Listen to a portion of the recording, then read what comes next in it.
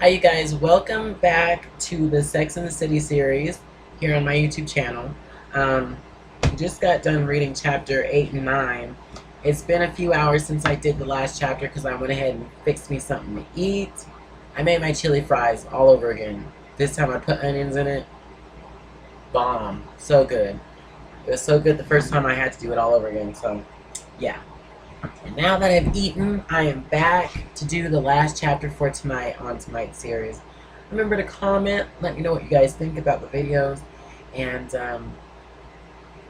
any fabulous ideas you guys have to improve this Sex and the City series before it's over, let me know, and I'll definitely see what I can do to put it into the show. Alright, you guys, so I'm going to go ahead and continue on with chapter 10. Just a reminder, in the last chapter we were talking about, what do they call it? Bicycle Boys. They was telling us what Bicycle Boys basically was all about. So, if you don't know what that chapter was about, go back and listen to it and let me know what you think.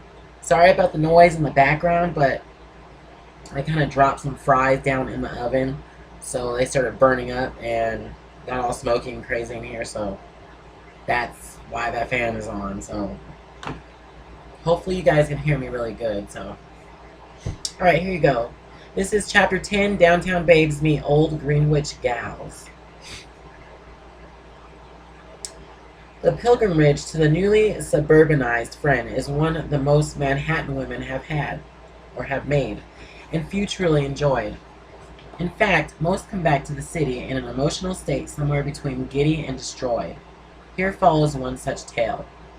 Julie Bernard used to be an agent who handled rock bands and international creative management.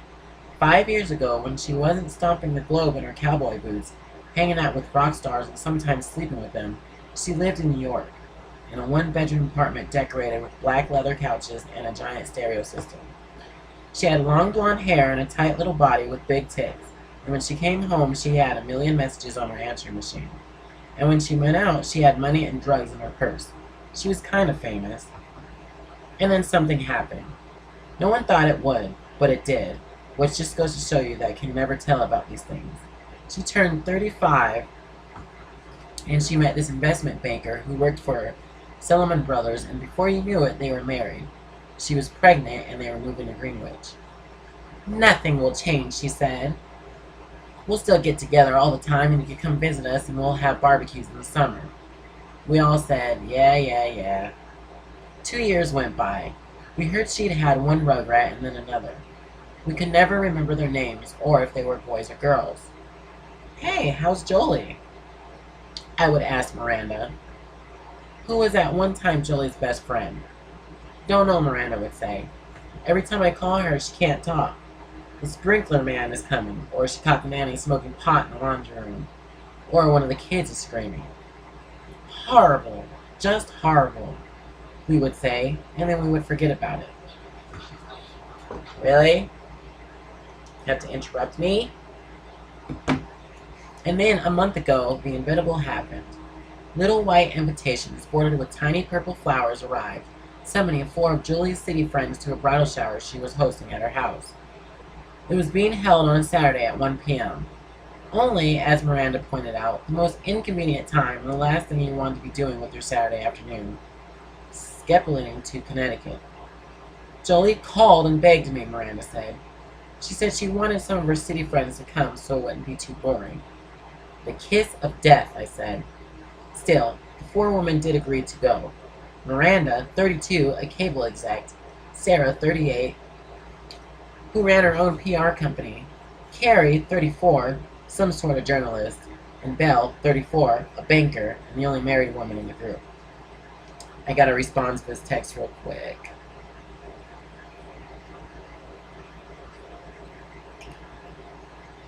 Alright, and then this next section is Old Greenwich, New Enemies. Of course, Saturday was the most beautiful day of the year so far. Sunny, 70 degrees. When they met up at Grand Central, everyone began complaining immediately and having to be stuck inside Julie's house on the most beautiful day of the year. Even though, being dyed-in-the-wool city dwellers, none of them ever went outside if they could possibly avoid it. The trouble began on the train. As usual, Carrie had gone to bed at 4 in the morning, and she was terribly hungover and kept thinking she was going to puke. Belle got into an argument with the woman in front of her, whose kid kept sticking its head over the top of the seat and sticking his tongue out at her.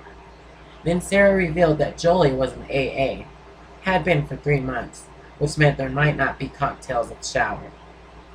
Carrie and Miranda immediately decided they would get off the train at the next stop and go back to the city.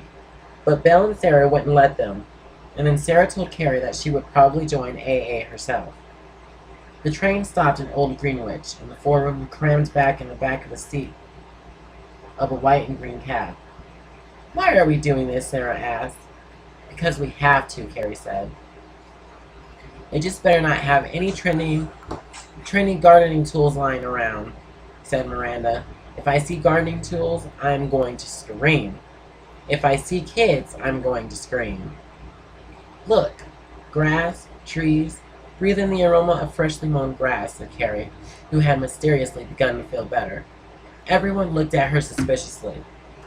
The cab pulled up in front of a white colonial-style house whose value had obviously been increased by the addition of a pointy slate roof and balconies off the second floor. The lawn was very green, and the trees that dotted the yard had borders of pink flowers around their bases. "Oh, what a cute puppy," Carrie said, as the golden retriever raced, barking across the yard. But as the dog reached the edge of the yard, it was suddenly jerked back, as if yanked by an invisible rope. Miranda lit up a blue Donnell. "Invisible electric fencing," she said. "They all have it, and I bet anything you're going to have to hear about it." For a moment, the four women stood in the driveway staring at the dog, who was now sitting, subdued by valiantly wagging his tail in the middle of the yard. "Can we go back to the city now, please?" Sarah asked. Now, this I actually remember in the actual television series on the videos, but it was Miranda, Charlotte, Samantha, and Carrie who all went over to a friend's house that they had known a long time ago that used to be her party friends, and this girl was pregnant on the show. And then they all went over to this house or whatever and visited this girl that they used to know. So I remember that scene. So they're using like different characters in the book. Inside the house, half a dozen women were already sitting in the living room, legs crossed, balancing cups of coffee and tea on their knees. A spread was laid out. Cucumber sandwiches, tostadas with salsa. Sitting off to one side, unopened, untouched, was a big bottle of white wine, its sides covering on a film of moisture. The bride-to-be, Lucy, looked somewhat terrified at the city woman's arrival. There were introductions all around.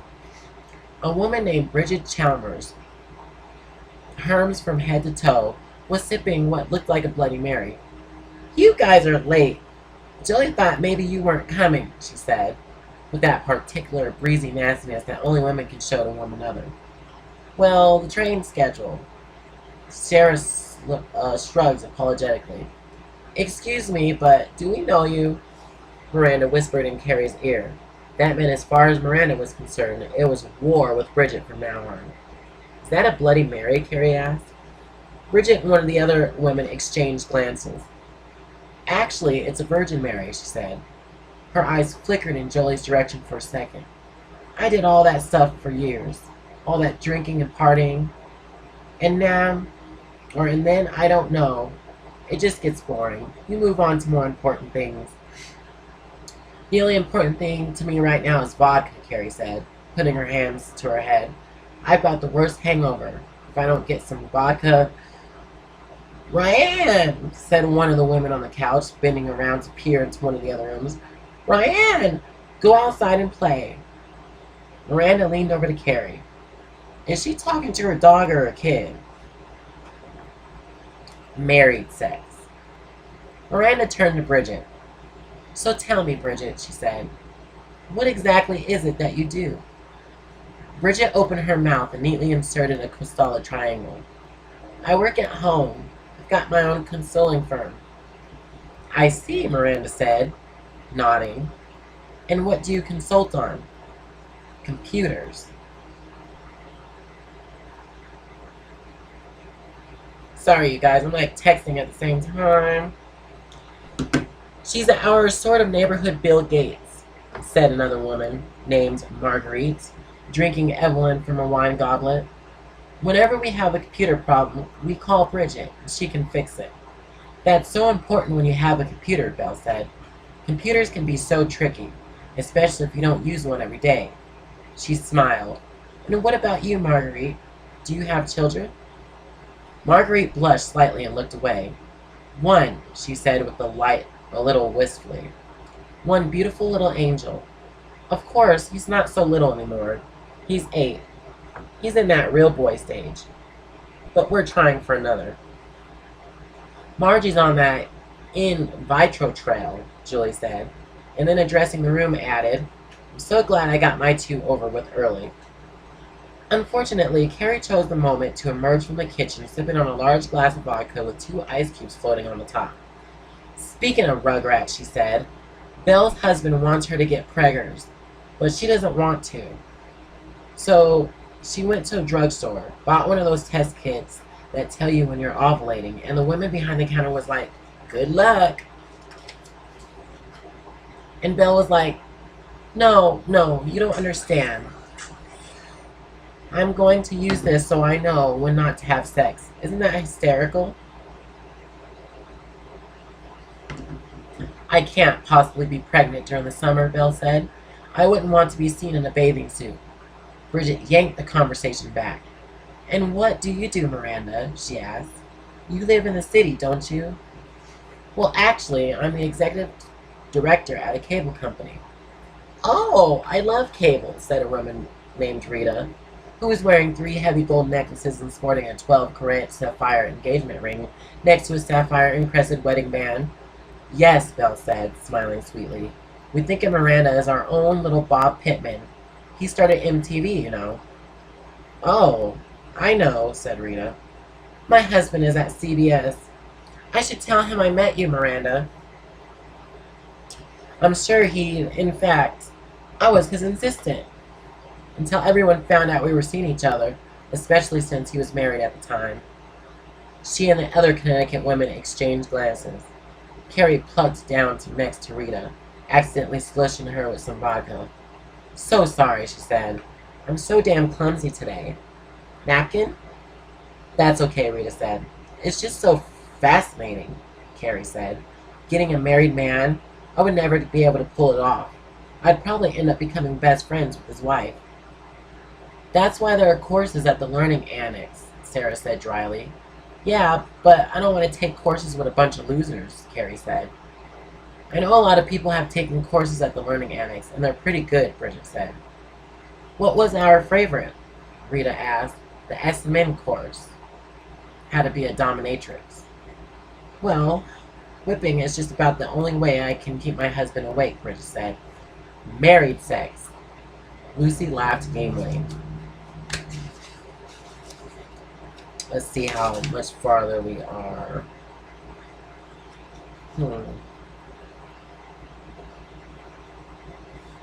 Alright, and this is the Suburban Surprise Fidget.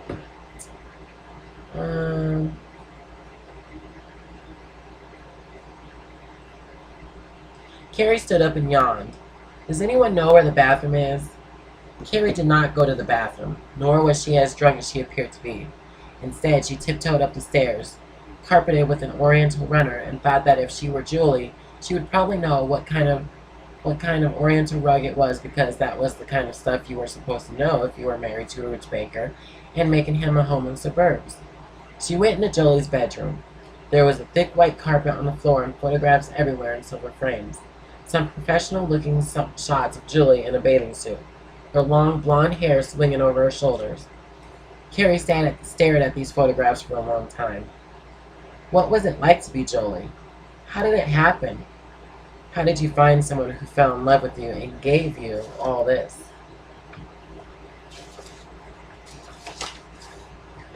She was 34 and she'd never even come close, and there was a good chance she never would.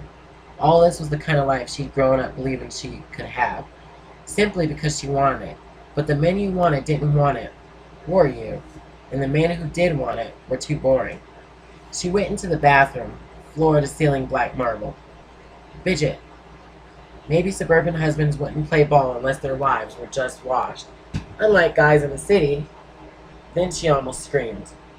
There was a 14 by 17 color photograph of Jolie, Demi Moore style,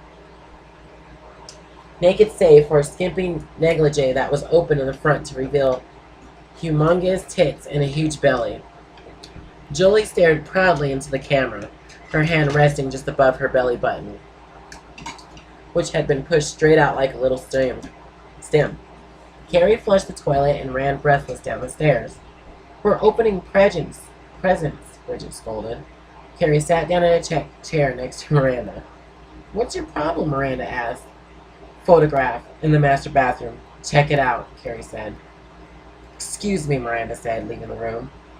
"What are you two doing?" Jolie asked. "Nothing," Carrie said. She looked at the bride-to-be, who was holding up a pair of red silk crotchless panties bordered in black lace. Everyone was laughing, which is what you do at showers. "Could you believe the photograph?" Miranda asked. They were rocking gently at the train back to the city. "If I were ever pregnant," Belle said, "I'm going to stay inside for 9 months. I will see no one." "I think I could get into it," Sarah said moodily, staring out the window. "They've got houses and cars and nannies. Their lives look so manageable." "I'm jealous." "What do they do all day?" "That's what I want to know," Miranda said. "They don't even have sex," Carrie said. She was thinking about her new boyfriend, Mr. Big. Right now, things were great, but after a year or 2 years, if it even lasted that long, then what happened? "You wouldn't believe the story I heard about Bridget," Belle said. "While you guys were upstairs, Julie pulled me into the kitchen. 'Be nice to Bridget,' she said. She just found her husband, Tad, in flagrant with another woman." The other woman was Bridget's next-door neighbor, Susan. Susan and Tad both worked in the city and for the last year had carpooled to and from the train each day. When Bridget found them, it was 10 in the evening and they were both drunk in the car, parked at the cul-de-sac at the end of the street. Bridget had been out walking the dog. She yanked open the car door, and tapped Tad on his naked bum. "Wheaton has the flu and wants to say good night to his daddy," she said, then went back inside.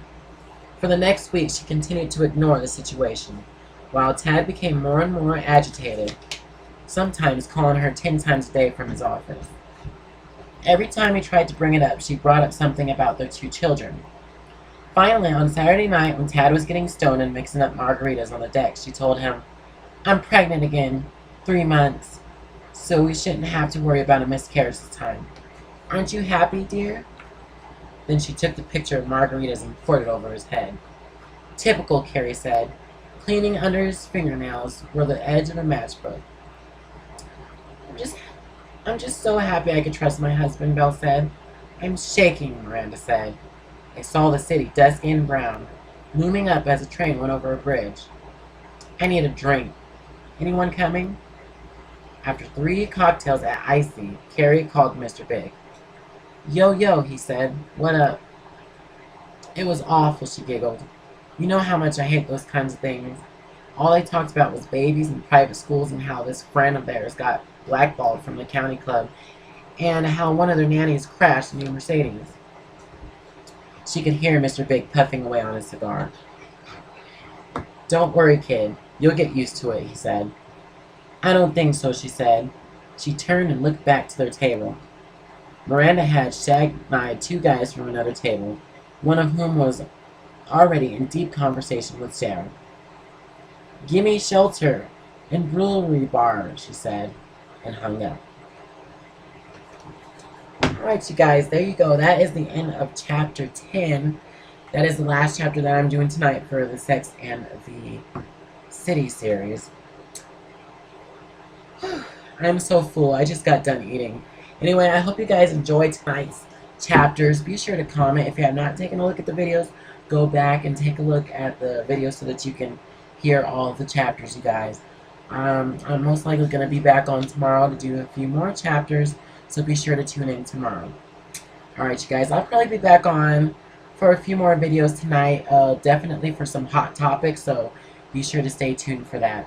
But anyway, thank you guys for tuning in tonight. for the Sex and the City series. I cannot talk. I don't know what it is. Ugh. Yeah. So anyway, thank you guys for tuning in, and we're going to leave you out with the fabulous ending theme song, you guys. As always, I'm Charlie, aka Miss Charlotte. Until next time, all the best.